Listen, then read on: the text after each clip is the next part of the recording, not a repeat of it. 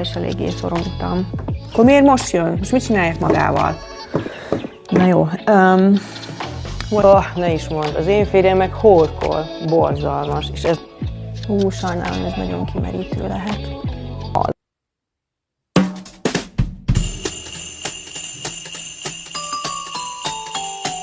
Tudom küldeni ezeket a leveleket postán, vagy postagalambal.